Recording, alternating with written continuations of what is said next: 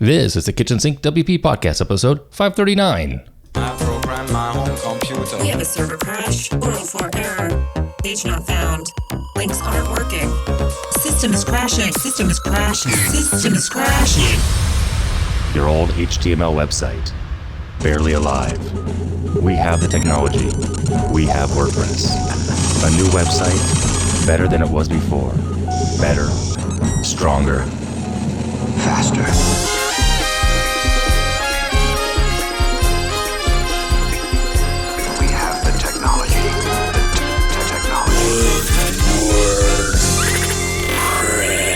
Why, hello everybody, this is Adam Serve, the host of the Kitchen Sink WP podcast. Thanks for being here. Let's get started. All right, upcoming events. We have one next weekend. We have WordPress Youth Day. It's in Nicaragua. It is June 28th and 29th, and I looked it up real quick just to share with you. It is an excellent time for creativity, development, and technology knowledge. Encourages oral expression through exhibitions, complementing the text with visual elements, creating image galleries, establishing the knowledge base of artificial intelligence and the metaverse. And it's focused on the children and adolescents to help them get into the WordPress community. So pretty cool. So if you are in that part of the world, by all means, you should go. I will not be there. I tell you that right now. I'm not going. I'm going to be traveling, I think, this week, but not to Nicaragua. Okay. What else? That's it for the upcoming events. Moving on, segment 1 in the news. One thing to talk about here, which is WordPress 6.6 Beta 3 has been released. Let's see, what is new with that? I believe there's a handful of small things that have been looked at. The bug bounty doubles in the beta period, by the way. The WordPress community sponsors a financial reward for reporting new unreleased security vulnerabilities. So between beta 1, which landed June 4th, and the final candidate, July 9th, so apparently the bug bounty will be doubled. So that's pretty cool. If you find an issue, let them know. Target release date for WordPress 6.6 is still July 16th, so your help is wanted and necessary to make this a smooth rollout as well. So test it if you can. That'd be great. I believe that is it in the news. Yeah, that's it in the news. All right, moving on to segment 2, the meat and potatoes of this week's episode. APIs, what, why, and how. All right, this week I'm talking APIs. So just real quick, APIs is short for Adam Plays Instruments. Wait, that's not right. Okay, actually, it's almost plausible information. Again, not the right thing that it stands for. Okay, I'll stop for now. But before I get to the definition, first I want to say why we're diving into this. And the reason for this week's topic is after being in Italy last week, and hanging out with the amazing Marcus Burnett. We got to chatting over breakfast one morning about the multitude of ideas that we both have, and with my latest being connected to my running life and Strava, I was explaining to him what I'm trying to do, and he suggested that I automate part of it using an API. And as he said these things, I'm like, tell me more, because Marcus is a really smart guy. And so with that, I decided to dive in a little bit, 30,000 foot view, and we're going to go from there. And we'll kind of get into some details here, but not too detailed because it's audio, obviously. So first and foremost, what is an API, truly? Well, an API stands for Application Programming Interface, and it's like a messenger. It allows different software applications to talk to each other. For example, imagine you're at a restaurant, and I think I've talked about this in the past, just this piece of it, but we're going to talk more. But just use the restaurant analogy. The application, it places an order to the waiter. The waiter's the API, you're the application. The API tells the kitchen on another application what you want. The kitchen prepares the food, and the waiter brings it back to you. So that's pretty much how this works, okay? In my case, I want to need some information from Strava.com, and they offer an API, so I can tie into that. Not every service out there offers APIs, or do they make them for free? In this case, it is both offered and free. The API from Strava lets WordPress request and display data from Strava, like my latest workouts or achievements, whatever, okay? Now, the second thing is, how do you set this up? Setting up an API can be interesting, but you have to do this before you use the API. You need access. This usually involves creating an account with the service provider, in my case, Strava. Your case may vary.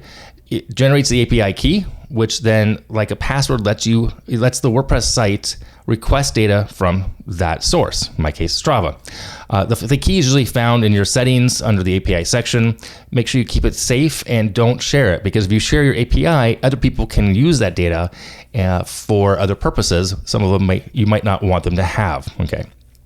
Third thing here is, how do you use it with WordPress itself? Do you have to be a developer?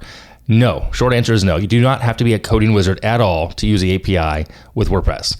there are plenty of plugins from other companies or from the company in question that will help you make this process much easier. Case in point, WP-Strava is a plugin that lets me display the Strava activities on my site. And I've used this. I've already been using this for a while, and I don't need to use any code for that. I'm going to take this to one step further eventually to use some code and to pull some JSON. And this is getting even out over my head as I say this. I know the words and I get the concepts, haven't done it yet. But you can use a plugin, enter your API key, and then customize how you want the data to appear. So pretty cool, pretty simple so far. From there, of course, how do you display it? Well, once the plugin's set up and you have the API connection, you need to display it. Most plugins will offer what's called shortcode. We've used shortcodes for many years now. The shortcodes are just little snippets of code that you can insert into your poster pages. The shortcodes tell WordPress where and how to show your Strava, the data in question, in my case Strava. And the shortcode also may create a section on the blog or the post where you can kind of share specific aspects of it based on settings of the plugin and the API itself. Now, the fifth thing here, that's number 4. Number 1 was, of course, definition. 2, setting it up. 3, WordPress plugin. 4, displaying. 4 is displaying it. Did I say that one already? I think I did. Yes, I did. Now, number 5 is customizing. All right, so the customizing and troubleshooting, this is where you can get yourself into a lot more trouble, but also a lot more power. If you're feeling adventurous here, you can customize how the API data looks on your site. Basic stuff is some CSS, not too hard, right? You could dive into the JavaScript. If it's not working, then of course you can undo what you just did. I recommend, like a snippets plugin possibly. Also read the plugin documentation because ideally, if a company is offering an API, they have really good documentation. Strava does, yet I am having difficulty completely getting my head wrapped around parts of it, of what they offer for certain things. Like I need the map, I need elevation, I need the, what else? Distance ran, time ran. There's all these little data points in what I'm looking for specifically. Your need and use cases might be different, but it is all usually there. Just a matter of, do they let you tap into it? Okay.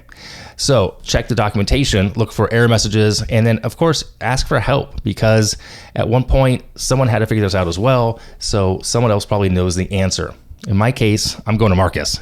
So no, I'm just trying to figure this stuff out myself. So again, pretty basic 30,000 foot overview here of how this works, why you want to use it. And I'm diving further in because on the basics, I get the concept. I'm using it right now.